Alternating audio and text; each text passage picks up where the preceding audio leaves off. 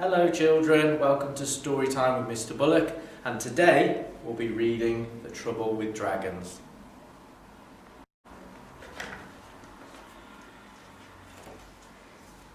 The Trouble with Dragons.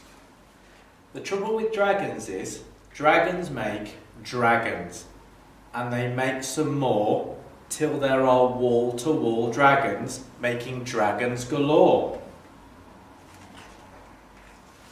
Then dragons start spreading all over the place. Soon their houses and roads take up all of the space. Dragons eat all the food and drink, all the drink, and use everything up without stopping to think. They also throw parties and make lots of noise and leave a huge mess after playing with their toys. Dragons chop down the forest, which melts both the poles, and puncture the atmosphere full of big holes. Dragons blow out hot air, which makes everything hotter and hotter and hotter, until all the snow melts and the ice turns to water. Then the seas start to rise and the deserts expand, until everything's covered in water or sand. Say goodbye to the world into which you were born. Soon everyone else will have packed up and gone.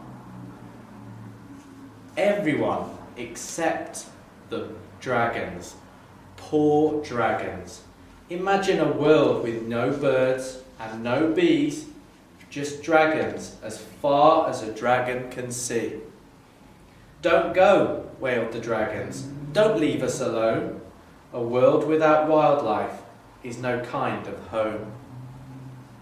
If you stay, we all promise to do what it takes to look after the planet for all of our sakes. As the water rose higher, right over their knees, a voice said, "Okay, start by not chopping down the trees." Then all of the animals chimed in with advice, from the greatest of elephants to the smallest of mice. Eat food that is grown much closer to home, and leave the wild places and ice caps alone. Stop blowing all that hot air, but instead choose to walk, and put less of our world on the end of your fork. Respect all Earth's creatures and cherish the land. Recycle, reuse, and reduce your demands.